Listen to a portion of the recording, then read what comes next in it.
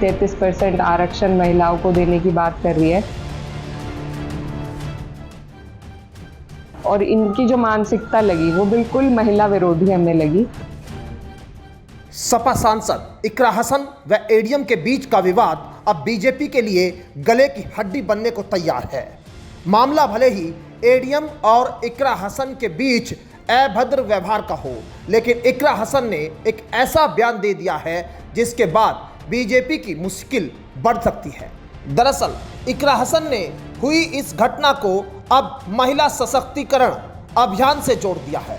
दरअसल बीजेपी लगातार महिलाओं के सम्मान को बढ़ाने के लिए नारा देती है। बीजेपी लगातार महिलाओं को मजबूत करने की बात करती है, लेकिन इकरा हसन के साथ एडीएम ने जो दुर्व्यवहार किया, अब ये घटना महिला के सम्मान से जुड़कर देखी जा रही है। क्योंकि सांसद ने आरोप लगाया है कि भाजपा सरकार महिला सशक्तिकरण की बात करती है, लेकिन उनके अधिकारी महिलाओं का अपमान कर रहे हैं। उन्होंने एडीएम की ट्रेनिंग पर भी सवाल खड़े करते हुए उन्हें पद से हटाने और सख्त कार्रवाई की मांग कर दी है। अब ऐसे में इकरा हसन का ये बयान समाजवादी पार्टी और बीजेपी के बीच आने वाले दिनों में तकरार बढ़ा सकता है। इस बात के संकेत भी इकरा हसन के बयान से मिलने लगे हैं। ये 2 हफ्ते पुरानी बात है और मेरा कोई निजी मामला तो था नहीं। यहाँ तक कि मेरे लोकसभा का भी मामला नहीं है। सहारनपुर क्षेत्र की जनप्रतिनिधि हैं, चेयरमैन महिला, तो वो मिलने का प्रयास कर रही थी एडीएम से। और उस दिन वो मुझे भी 1-2 बार उन्होंने कहा था। उस दिन इत्तफाकन ऐसा हुआ कि मैं भी आसपास थी और उन्हें लगातार 1 बजे से 3 बजे तक लंच का बहाना करके बैठा रखा था। तो मेरी गाड़ी उन्होंने देखी और वो मेरे पास आई और थोड़ा वो इमोशनल भी थी, परेशान थी, और उन्होंने मुझे कहा कि हमारी सुनवाई नहीं है। तो वहाँ पर मौके पर मौजूद नहीं थे एडीएम साहब, एडीएम एफ थे। तो उनसे हमने जब कहा, मैंने खुद 3 बार इन्हें फ़ोन लगाया, फ़ोन पर भी बात नहीं हुई। ऑफिस से पता चला कि लंच पे हैं। चेयरमैन साहिबा ने बताया कि 1 बजे से यही बहाना दिया हुआ है। उस वक्त 3 साढ़े 3 बजे हुए थे। तो लंच का भी कोई निर्धारित वक्त कुछ तो होगा कि आप लोग सब अधिकारी हैं, जनता के लिए हैं। अगर 2-2 ढाई घंटे लंच चलेगा तो जनता के काम कैसे होंगे। खैर, हमने फिर एडीएम एफ ने उन्हें फ़ोन किया, उन्होंने फ़ोन उठाया और जाहिर सी बात है उनके आराम में खलल हुई होगी, तो वो वापस आए अपने घर से, लेकिन एक मूड में आए और बैठे, हमारी बात हुई उनसे। तो हम कुछ चाहते नहीं थे, किसी की शिकायत भी, बस ये चाहते थे कि नगर पालिका छुटमलपुर में कुछ विवाद चल रहा था और बहुत बड़ा भी कुछ नहीं था। बस ये चाहते थे कि सामंजस्य बन जाए दोनों के बीच में। तो उसी आधार से हमने बात शुरू करी। तो उनका लगातार शुरू से ही मूड थोड़ा वैसा था। उसके बाद उन्होंने कहा कि लिखित में शिकायत दीजिए। मैंने कहा कि लिखित में शिकायत नहीं देना चाहते हैं, बस ये बात है कि ईओ और चेयरमैन के बीच में कोऑर्डिनेशन बन जाए और उनके माध्यम से बन जाए। इतनी बात होने पर चेयरमैन साहिबा अपना कुछ इशू रखने लगी, वो अपनी बात रखने लगी, जिस पर उन्होंने कहा आप लिखित में दीजिए और जाइए यहाँ से। तो जब इस तरह की बदतमीज़ी हुई तो मैंने हस्तक्षेप किया और मैंने उन्हें कहा कि ये कोई बात करने का तरीका नहीं है।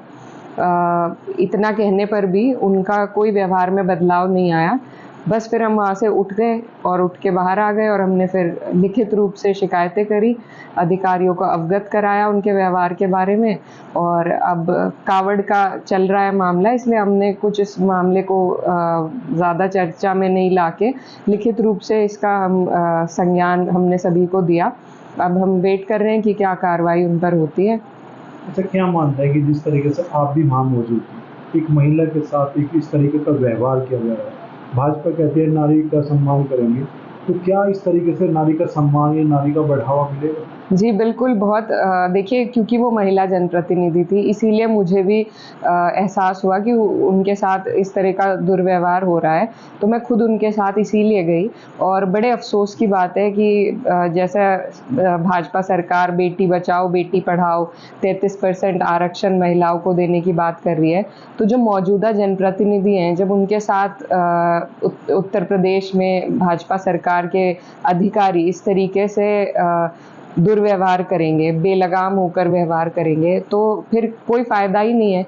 हम कैसे महिलाओं को आगे बढ़ाएँगे? और ये सिर्फ़ एक इंसिडेंट नहीं है, ये तो सभी की लड़ाई है और कई जगह से इसी तरह के विषय उठते हैं। मैं नहीं कहती कि सभी अधिकारी ऐसे हैं, लेकिन जो हैं और इनकी जो मानसिकता लगी, वो बिल्कुल महिला विरोधी हमें लगी।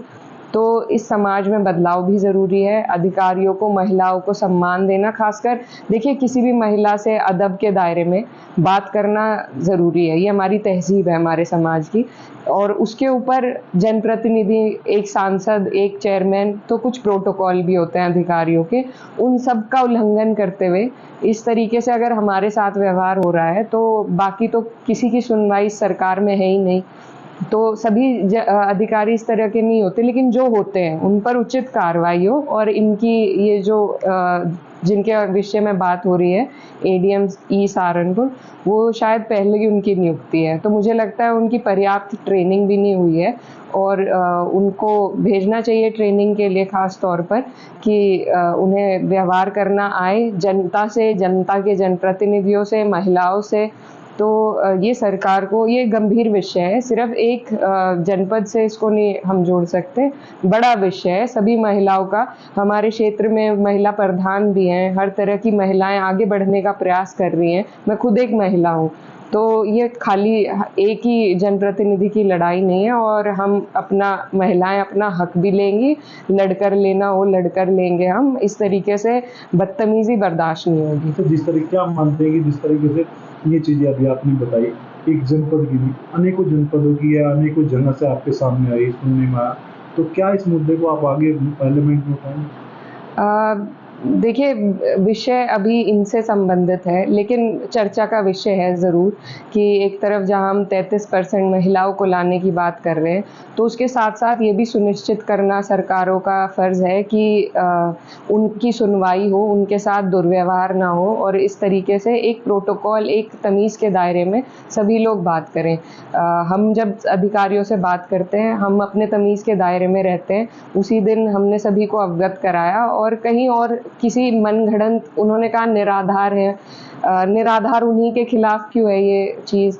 लगभग 1 साल मुझे हो गया है अपने पद पर रहते हुए, इससे पहले भी हम लोग जनता के बीच रहते थे, जनता की समस्याओं से लगातार अधिकारियों को अवगत कराते थे, तो और किसी अधिकारी ने क्यों कभी ये बात नहीं कही या हमने किसी के खिलाफ क्यों कभी ये बात नहीं कही। ऐसा हुआ है तभी हमने शिकायत भी लिखी है। क्या और कार्रवाई चाहते हैं आप? देखिए सख्त से सख्त कार्रवाई हो, उन्हें हटाकर उनको बेहतर ट्रेनिंग दी जाए और उसके बाद ही उनको किसी जनपद में भेजा जाए, क्योंकि आज हमारे साथ हुआ है, कल को किसी और के साथ होगा। आखिर कोई अपनी पर्सनल समस्या लेकर नहीं जाता है अधिकारियों के पास। इकरा हसन ने इस पूरे मामले की शिकायत शासन से तो कर दी है, लेकिन मामले में शासन किस तरह से कार्यवाही करता है, किस तरह से इस पूरी घटना को वो लेता है, आने वाले दिनों में तय होगा। Bureau report, news 18।